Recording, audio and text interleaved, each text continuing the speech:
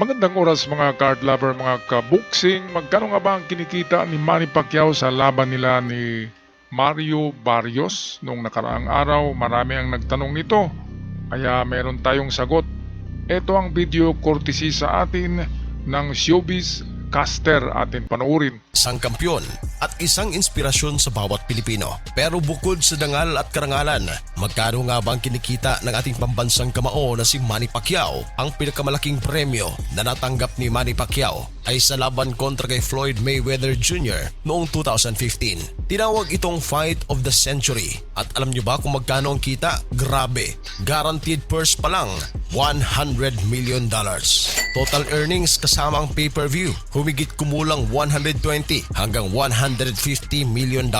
Ayan mga kababayan, napakalaki. Sa estimate, kapag i-convert natin yan sa peso ay nasa $6 billion ang kinita ni Manny. Plus, di ba dalawang beses yun na pagtutuos nila sa Luna, sa ring. Kaya kung yung pangalawa ay 5 billion, merong 11 billion nakita doon si Manny. Kaya nga kumandidato itong pagka-presidente dahil napakaraming pera talaga.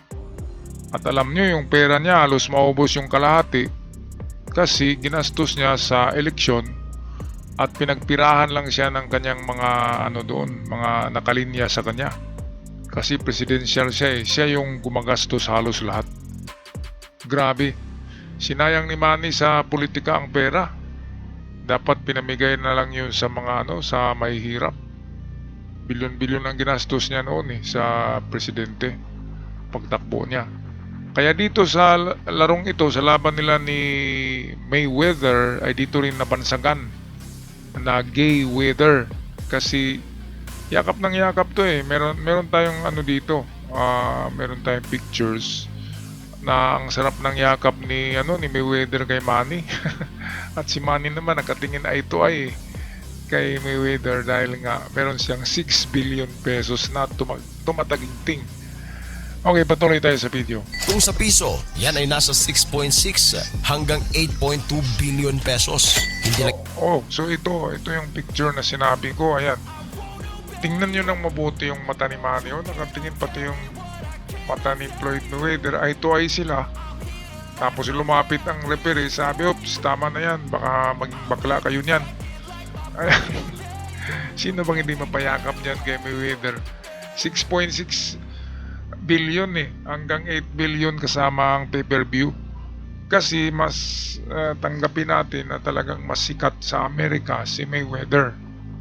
Kaya kapag si Mayweather ang makalaban din ng mga boksingero, ay napakalaki rin ng pustahan. Inagtagpo ang dalawang legend, nagtagpo ang dalawang malalakas na sikat, Manny Pacquiao at Mayweather. Kaya tumataginting na 8.2 billion ang matanggap nila sa bawat isa.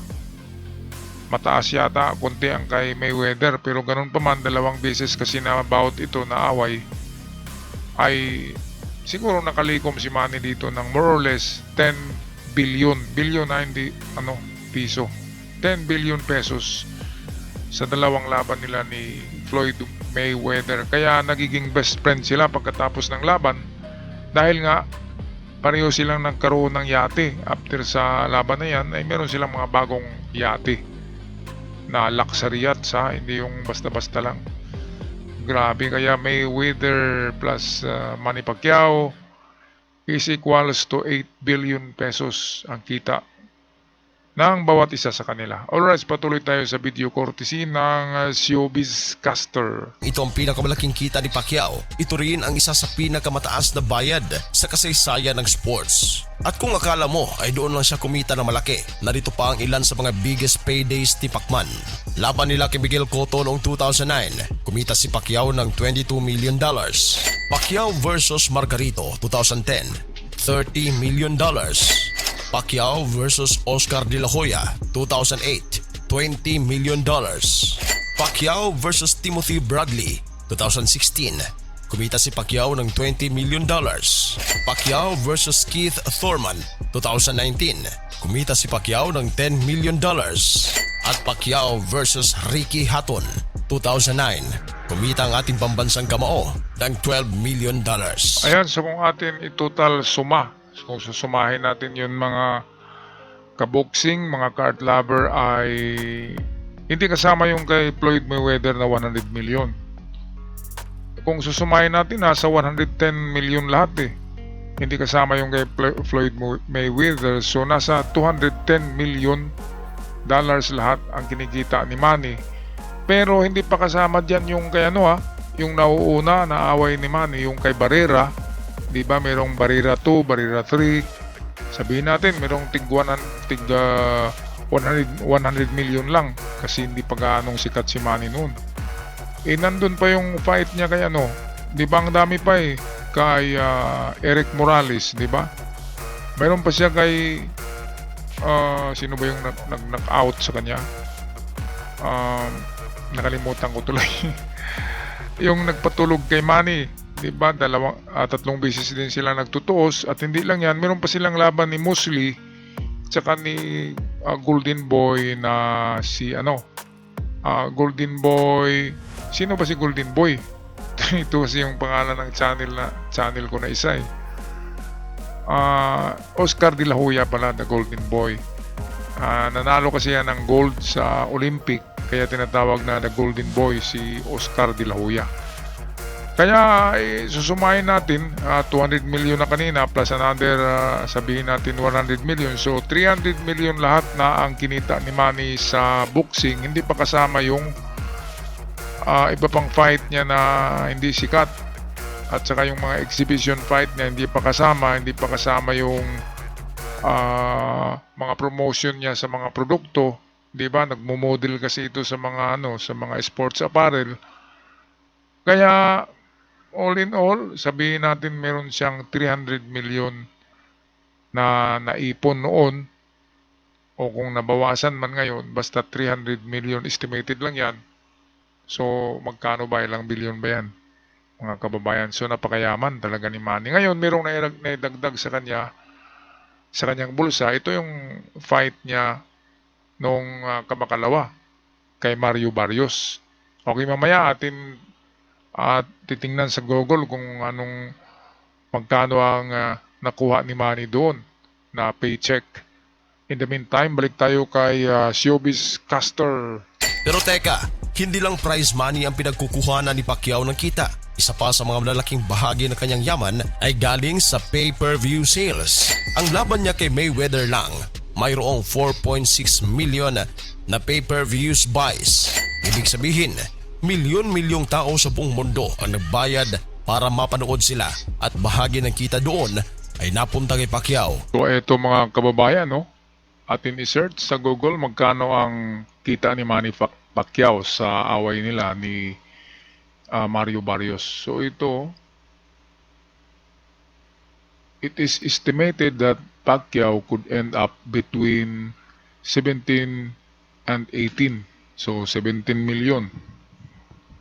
Kalahati ng kalagitnaan ng 17 and 18 ay 17.5 million pesos for the fight.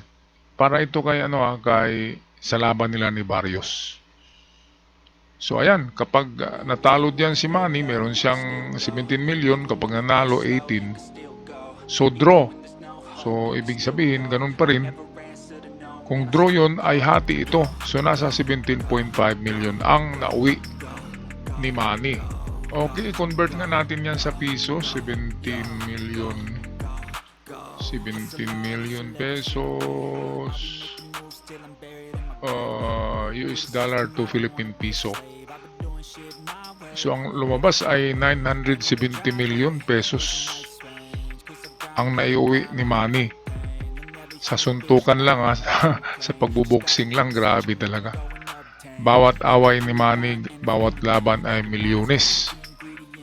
Grabe. Pinakamalaki nga ay yung kay Floyd Mayweather Jr. kasi billion ang lumabas nasa 2 billion pesos yata yung naiuwi ni Manny. Ngayon kay Mario Barrios 970 million yan, million. Mali yata ako ay ito pala 3 zero lang pala yung na-type ko. 6 yan. 6. Ayan.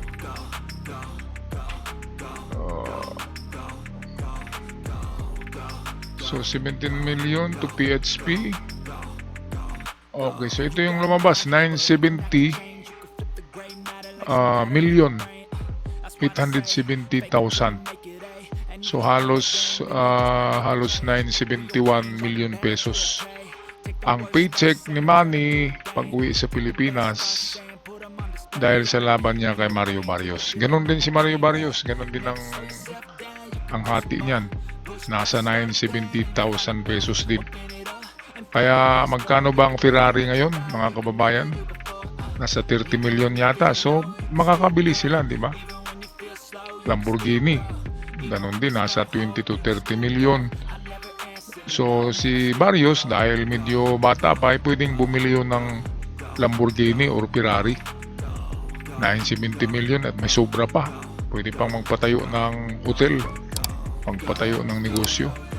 Alright, mga kababayan, ako'y magpaalam na. Maraming salamat. Huwag kalimutan mag-subscribe sa ating channel kung kayo'y bago pa lamang. Napakalaging tulong niyan. Hanggang sa muli, paalam at ingat ang lahat.